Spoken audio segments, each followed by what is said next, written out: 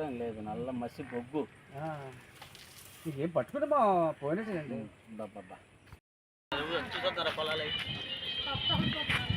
చూడండి సార్, పరవాడ మండలంలోని మూల స్వయంభూవరంలో 232 కుటుంబాలు నివసిస్తున్నాయి. పక్కనే ఎన్టీపీసీ గోడ కానుకొని ఈ గ్రామం ఉంది. ఈ గ్రామంలో మొక్కంతా నల్లగా మాడిపోయి ఉన్నాయి.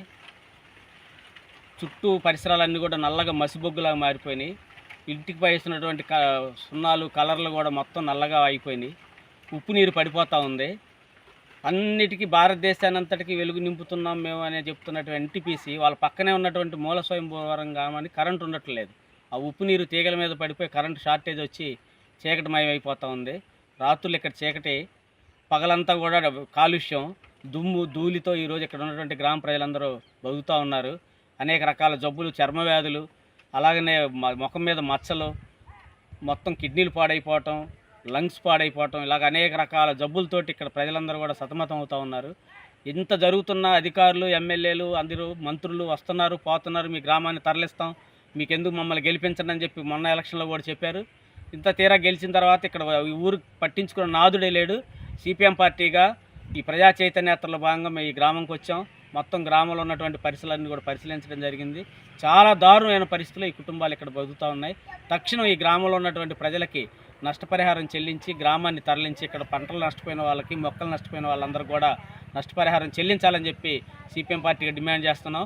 దానిలో భాగంగా రేపు 24వ తారీఖున పరవాడ ఎంఆర్ఓ ఆఫీస్ దగ్గర మొత్తం గ్రామ ప్రజలందరితో కూడా పెద్ద ఎత్తున మహాధర్నా నిర్వహిస్తున్నాం. ఈ గ్రామాన్ని అధికారులు వెంటనే సర్వే చేసి నష్టపరిహారం విలువ కట్టి తక్షణం ఈ గ్రామాన్ని తరలించాలని, లేకపోతే ఈ గ్రామంలో ఉన్నటువంటి పిల్లలు కానీ, ముసలి వాళ్ళు కానీ, పెద్దవాళ్ళు కానీ, యువకులు కానీ అందరూ అనారోగ్యం పాలయ్యేటువంటి పరిస్థితి ఉంటుంది. ఇంత దారుణమైన పరిస్థితి రాష్ట్రంలో ఏ గ్రామంలో ఉండదనేటువంటిది మేము సిపిఎం పార్టీగా భావిస్తున్నాం. తక్షణ అధికారులు స్పందించాలని చెప్పి మేము డిమాండ్ చేస్తూ ఉన్నాం. ఓకే, ఫండ్స్ ప్రారంభించడం జరుగుతూ ఉంది. ముఖ్యంగా ఈ మహాత్మా గాంధీ జాతీయ ఉపాధి గ్యారంటీ స్కీమ్ వచ్చిన తర్వాత పేద ప్రజల బ్రతుకుల్లో వెలుగు నింపారు. గతంలో లేనటువంటి స్కీమ్లన్నీ కూడా ఈరోజు వ్యవసాయానికి అనుసంధానం చేసి ఇక్కడ మామిడి చెట్లు పూడ్చుకోవడానికి, కుంటలు వేసుకోవడానికి, పొలంలో గట్లు వేసుకోవడానికి, ఈ విధంగా అనేక కార్యక్రమాలు రూపొందించి ఎన్ఆర్ఈజీఎస్లో పేద ప్రజలు, రైతులంతా కూడా లబ్ధి పొందుతున్నారు.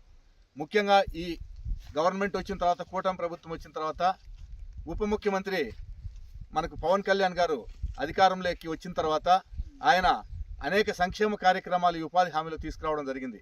ముఖ్యంగా ఒకే రోజు గిన్నిస్ బుక్ రికార్డులో ఎక్కే విధంగా ఆయన గ్రామ సభలు నిర్వహించి ఈ ఉపాధి హామీని ప్రజల్లోకి బాగా తీసుకుపోయాడు. ఇప్పుడు రాష్ట్ర వ్యాప్తంగా ఒకే రోజు ప్రతి పంచాయతీలో 20 కుంటలు, అదేవిధంగా ప్రతి మండలంలో ఈరోజు ప్రారంభిస్తున్నారు. రాష్ట్ర వ్యాప్తమైనటువంటి కార్యక్రమానికి ఈరోజు సర్పంచ్ అధ్యక్షతన, మధు అధ్యక్షతన ఇక్కడ రాచివేటివారిపల్లి గ్రామంలో ఈ కుంటను ప్రారంభిస్తున్నాము. పేద ప్రజలకు ముఖ్యంగా ఇది ఒక మంచి వరం లాంటిది అని చెప్పి దీని అందరూ రైతులు సద్వినియోగం చేసుకోవాలా. ఈ కూటమి ప్రభుత్వం వచ్చిన తర్వాత మరింతగా ఈ సంక్షేమ పథకాలు ఎన్ఆర్ఈజీఎస్లో పేద ప్రజలకు అందించడానికి కృషి చేస్తామని చెప్పి ఈ సందర్భంగా తెలియజేస్తున్నాను.